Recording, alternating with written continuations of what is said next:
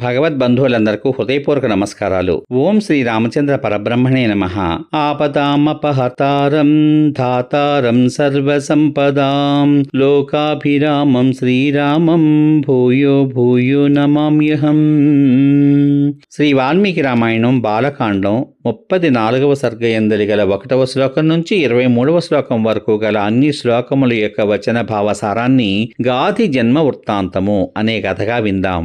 రామ, బ్రహ్మదత్తుడు వివాహం చేసుకుని వెళ్లిన పిమ్మట పుత్రులు లేని కుశనాపుడు పుత్రుల కొరకే పుత్రకామేష్టి యాగం చేశాడు. పుత్రకామేష్టి జరుగుతున్న సమయంలో మిక్కిలి ఉదారుడు బ్రహ్మపుత్రుడు అయిన కుశుడు కుశనాపునితో, కుమారా, నీకు తగినవాడు మంచి ధార్మికుడు అయిన కుమారుడు ఈ యజ్ఞం వలన నీకు జన్మించగలడు. గాధి అనే పేరుగల ఆ కుమారుని ద్వారా నీకు లోకానికి శాశ్వతమైన కీర్తి లభిస్తుంది అని పలికాడు. కుశనాపునితో ఈ విధంగా చెప్పి కుశుడు ఆకాశ మార్గాన శాశ్వతమైన బ్రహ్మలోకానికి చేరిపోయాడు. కొంతకాలానికి ధీమంతుడైన ఆ కుశనాభునకు గాధి అనే పేరు గల పరమధార్మికుడైన కుమారుడు జన్మించాడు. ఆ గాధి నా తండ్రి. కుశుని వంశమునందు పుట్టడం చేత నాకు కౌశికుడు అనే పేరు వచ్చింది. నాకొక అక్కగారు ఉన్నది. ఆమె పేరు సత్యవతి.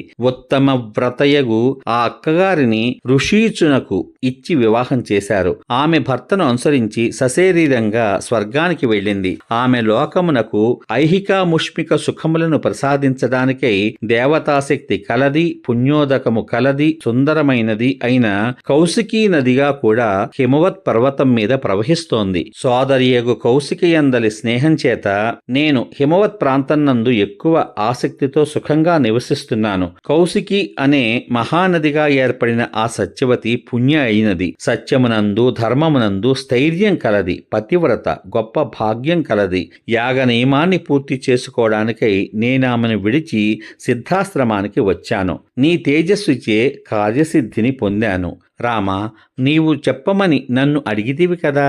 నేను ఎలా పుట్టానో, నా వంశం ఈ దేశం ఏ విధంగా పుట్టాయో చెప్పాను. నేను ఈ కథలు చెప్పడంలో అర్ధరాత్రి గడిచిపోయింది. ఇక నిద్రపో, నీకు మంగళమగుగాక. మనకు ఈ మార్గమధ్యమున ప్రయాణ విఘ్నము కలగకుండుగాక. వృక్షములు నిశ్చలంగా ఉన్నాయి. మృగపక్ష్యాదులు తమ తమ స్థానాలలో కదలకుండా అణిగి ఉన్నాయి.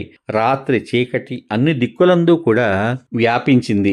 మెల్లమెల్లగా సంధ్య తొలగిపోయింది. నక్షత్రములతోడ అశ్విన్యాది తారాగణముతోడ నిండిన ఆకాశం జ్యోతిరూపములైన వాటి చేత వ్యాప్తమై నేత్రములతో నిండినట్లు ఉన్నది. చల్లని కిరణములు గల చంద్రుడు లోకమునందలి చీకటిని తొలగిస్తూ తన కాంతి చేత ప్రాణుల మనస్సులను ఆనందింపచేస్తూ పైకొస్తున్నాడు. రాత్రి సంచరించు సకల ప్రాణులు, యక్షులు, రాక్షసులు, భయంకరములైన మనుష్యాసనులను అక్కడక్కడా తిరుగుతున్నారు అని విశ్వామిత్రుడు తన ప్రసంగాన్ని పూర్తి చేశాడు. మహా తేజస్శాలియగు విశ్వామిత్రుడు ఈ విధంగా పలికి విరమించాడు.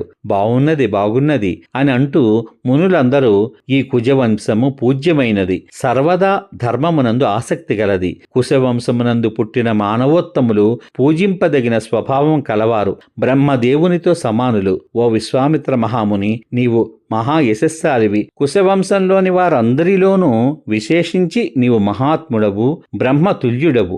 నదులలో శ్రేష్టయైన కౌశికి నీ వంశానికి వన్నె తెచ్చిపెట్టింది అని బ్రహ్మవర్చస్వి అగు విశ్వామిత్రుని ప్రశంసించారు. పిమ్మట విశ్వామిత్రుడు సూర్యుడు అస్తాద్రిని చేరినట్లు నిద్ర పొందాడు. లక్ష్మణ సమేతుడగు రాముడు కూడా విశ్వామిత్రుడు చెప్పిన కథ వినడం చేత కొంచెం ఆశ్చర్యం పొందినా ఆయనను ప్రశంసించి హాయిగా నిద్రించాడు. సమాప్తం. ఇంతవరకు మీరు శ్రీ వాల్మీకి రామాయణం బాలకాండం 34వ సర్గ యందలి గల 1వ శ్లోకం నుంచి 23వ శ్లోకం వరకు గల అన్ని శ్లోకముల యొక్క వచన భావసారాన్ని గాధి జన్మ వృత్తాంతము అనే కథగా విన్నారు. రేపటి భాగంలో శ్రీ వాల్మీకి రామాయణం బాలకాండం 35వ సర్గ యందలి గల 1వ శ్లోకం నుంచి 24వ శ్లోకం వరకు గల అన్ని శ్లోకముల యొక్క వచన భావసారాన్ని రాముడు ప్రశ్నింపగా విశ్వామిత్రుడు గంగావతరణ కథ చెప్పుట అనే కథగా వింటారు. ఓం శ్రీ రామచంద్ర పరబ్రహ్మణే నమః.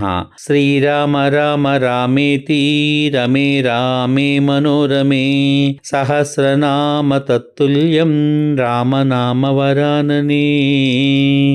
ఓం శ్రీ రామచంద్ర పరబ్రహ్మణే నమః.